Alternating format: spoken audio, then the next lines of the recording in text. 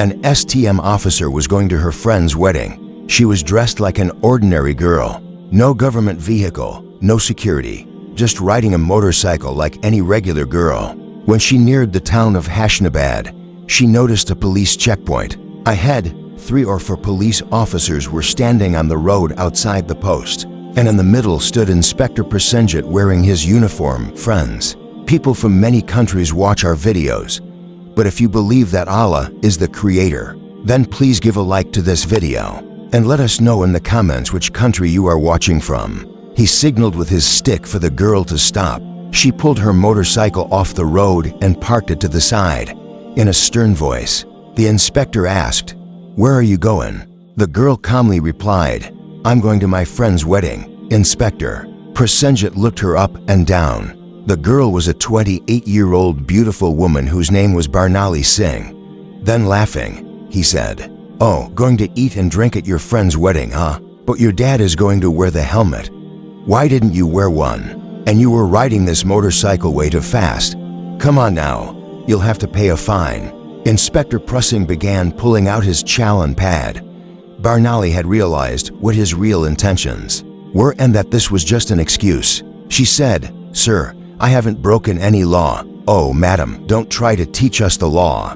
He glanced at a constable standing beside him, then looked back at Barnali and said, "We need to teach her a lesson." Friends, if you want to see more interesting videos like this, then subscribe to our End Moral Story channel right now. Suddenly, the inspector slapped Barnali hard across the face. "Too many questions, huh? When the police say something, you're supposed to quietly obey." Barnali's head spun for a moment, but she composed herself. Rage was clearly visible in her eyes. The officer in charge, Inspector Prasenjit, laughed and said, "Still got attitude in those eyes. I've fixed plenty like her. Time for a proper lesson." A constable stepped forward and said, "Sir, let's take her to the station. We'll give her proper service there. Then she'll learn how to talk to police." One constable grabbed Barnali's arm and said, "Come on, sit in the vehicle." Barnali jerked her arm free and said in a sharp tone, "Don't you dare touch me or the consequences won't be good." The inspector grew even angrier. He told one constable, "Look at that arrogance." A constable stepped forward, grabbed Barnali Singh's hair, and tried to drag her forcefully. Barnali cried out in pain, but still she didn't reveal her identity. She wanted to see how low they could go.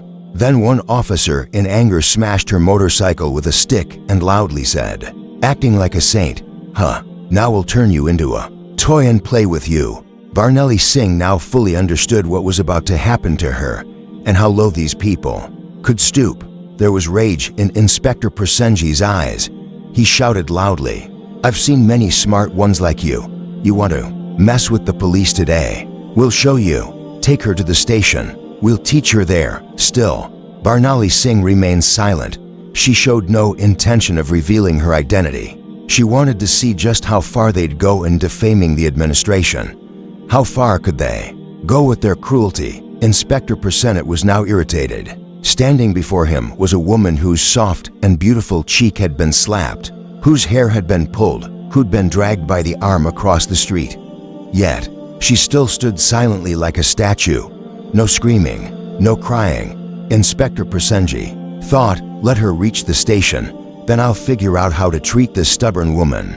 This wasn't just anger, this was a rage boiling deep within. The post in charge inspector laughed and said, "Now her tongue's starting to work, too. Let's go to the station. We'll see how far your tongue goes there." As they entered the station, Inspector yelled loudly, "Hey, where are you? Get some tea and water quick. We've got a special guest today." Barnali Singh still said nothing. She just kept looking at the station walls, observing how they treated innocent people who never dared to raise their voice. Then one constable leaned toward Inspector Prasenjit and whispered, "What's the case, sir?" To that Inspector Prasenjit casually replied, "Nothing, speeding or no helmet. Write whatever you want. We just need to break her ego. Don't ask too many questions."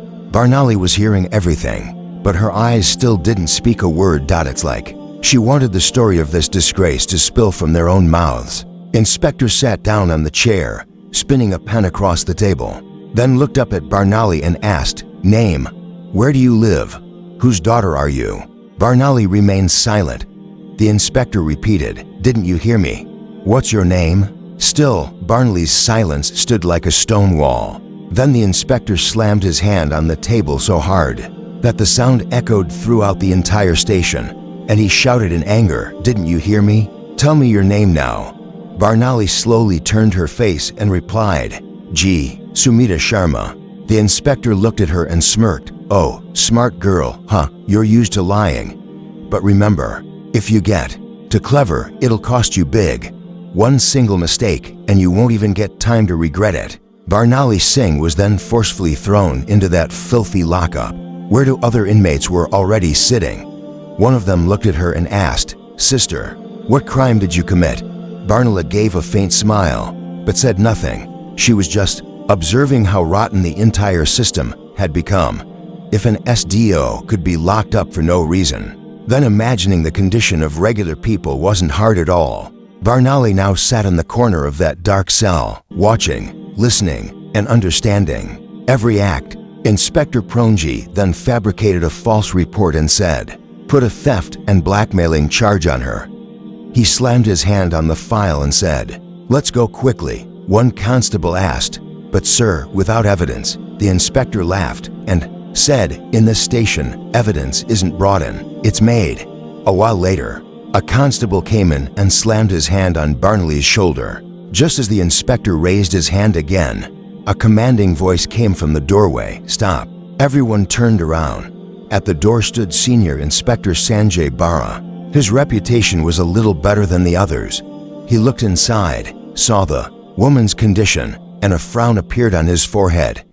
He asked, "What's going on here?" Prasenjit smiled and said, "Nothing, sir. Just a street woman acting too smart. We're teaching her a lesson." Sanjay looked at Barnali carefully. Her behavior didn't seem like that of an ordinary woman. He asked, "What's her crime?" Prasenjit got nervous. He said, "Sir, she misbehaved during checking." Sanjay felt suspicious. He asked Barnali, "What's your name?" Barnali stayed silent. Prasenjit laughed and said, "Sir, she's not even telling her name." Sanjay now became fully alert. He ordered the constable, "Keep her alone in solitary." Prasenjit was surprised. "But sir," Sanjay sternly replied, "I'll stay beside her myself." On his orders, Barnali was locked in another cell, even more foul-smelling and darker than the last. Barnali glanced around. In one corner, there was a broken table, and beside it, a rusted iron rod. Now she was seeing the real face of this dirty system even more closely. Every moment, her eyes understood. The law had now become limited to just paperwork. Then a constable came running and said, "Sir, a big vehicle is parked outside." Prasenjit flinched. He asked, "What vehicle?" The constable replied nervously, "Sir, a government car." He rushed outside, and the moment he looked into the vehicle, his eyes widened in shock. He hurried back in and whispered, "Sir." Pronjit, irritated, asked, "What happened? Who's here?" The constable, shaking, replied, "Sir, the commissioner is here." Prasenjit's face turned pale. Senior Inspector Sanjay Varma also became alert, because now the matter had directly reached the top. The commissioner stepped into the station, and the anger was clearly visible in his eyes. He looked at Prasenjit and asked in a sharp voice, "Inspector Prasenjit, what kind of drama is going on here?" Prasenjit, flustered, replied, "Nothing, sir. Just a small case." The commissioner picked up the file from the table and read it carefully. A frown appeared on his forehead. Then he peeked into the cell and asked, "Who is she, sir?" "There's a 420 and fraud case against this woman." The commissioner asked, "Do you have any proof?" He asked again, "Do you have any proof with you?" Now, Prasenjit was completely trapped. The commissioner directly asked the woman, "What's your name?" And for the first time, Barnali Singh gave a faint smile and said, "Estu Barnali Singh." Silence spread through the entire station. Everyone's faces turned pale. Prasenjit's hands and legs started trembling. All the other constables stood shocked. The ground beneath Prasenjit's feet vanished. The officer he thought was a thief was the same officer who ran the law across the whole district. She was not an ordinary woman. She was SDO Barnali Singh herself. The one who had been dragged on the street, whose hair was pulled, who was slapped. And as soon as this came out in front of everyone, chaos broke out in the entire station. All the constables froze in shock. The commissioner looked sharply at Inspector Prasenjit and angrily said, "Pranjit, how dare you place false charges on a senior officer?"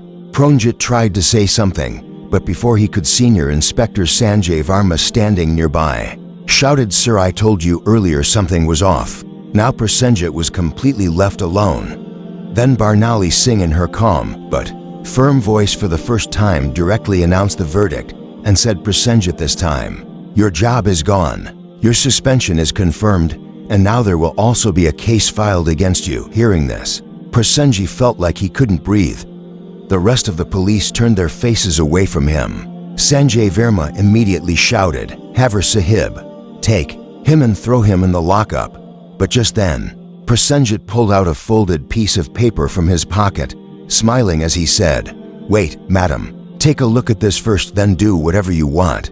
He showed the paper. Both the commissioner and Barnali Singh instantly looked at him. Prasenjit said, "Hear my transfer order. I was transferred 3 days ago. Now no matter how angry you are, you can't fire me from the job." The entire station fell silent again. Barnali took the paper in hand and read it. The commissioner, narrowing his eyes, looked sharply at Senior Inspector Sanjay Verma and said, "Go check if this paper is real or just for show." Sanjay checked the computer records, lifted his head, and said, "Sir, it's real. But the new inspector hasn't taken charge yet. That means he's still the official inspector here, and all the misconduct was done under his watch. Now no one can save him." Barnali Singh looked him in the eye and said, "Now your new address will be the same place where you used to throw others in." The commissioner also nodded in agreement. As the constable stepped forward to catch him, Pranjit played his next move and said, "Wait, madam, I'm not alone. Do you really think all the blame is just mine?" Then he pointed toward the other police officers in the station and said, "All of them are with me. Even people from the top are involved." Some of the police officers' faces lost all color. Senior Inspector Sanjay Verma began looking at each one, realizing the situation. Barnali Singh looked at the commissioner and said, "Now we'll have to clean out this entire station. No one will be spared." The commissioner also said, "As you command, madam. Now everyone will be held accountable one by one." The moment those words were spoken, it felt like lightning had struck the station. Outside, a few journalists stood quietly, already suspecting that something big was going wrong inside the station. When they got the news that the entire police station line had been summoned, they immediately started spreading the news from their phones. A shiny car came and stopped in front. The door opened and SP Sir himself stepped out. He looked around. Everyone's face had gone pale. All the officers of the station were standing on one side, and SP Sir said, "Since when has this circus been going on here?" But both the commissioner and the officer in charge stood silently. At that moment, Barnali Singh looked straight into the SP's eyes and said, "Do you think you'll get away with this?" Sanjay Verma immediately pulled out a file and handed it to Barnali Singh. That file contained all the black deeds of SP Sir completely exposed. Barnali Singh held the file out to the SP and said, "Here, look. All your dirty secrets are rented out in this." Sweat started dripping from the SCP's forehead. Without any delay, the commissioner shouted loudly, "Arrest him, and also arrest that other scoundrel." The whole station was stunned. For the first time, someone had publicly challenged such a high-ranking officer. As soon as the SP was arrested, a storm broke out across the entire district. The matter reached all the way to Delhi. Even the chief minister was informed, and from there came a direct order: arrest every officer in the district who was involved in this mess. Within the next 2 days, more than 40 police officers, over 10 senior officials, and several political leaders were arrested across the district. The entire atmosphere of Hassanabad district changed. Now everywhere there was only one topic of discussion: the honesty and bravery of S.D. Barnali Singh, who had shaken up the entire rotten system. Now there was a new energy in the administration, a new mindset, and above all TD, a new fear that no one could escape anymore. Barnali Singh's work was done. She had proven that if your intentions are truly pure from within, then even an entire country can be transformed. If you've watched the video till the end, please give it a like and subscribe to stay with us. So friends, this was our video for today. If you like this video even a little, then please give it a like and subscribe to our End Moral Stories channel right now. We'll meet again in the next video. Until then, may our Creator Allah keep us all well and healthy. Ameen, Summa. Ameen.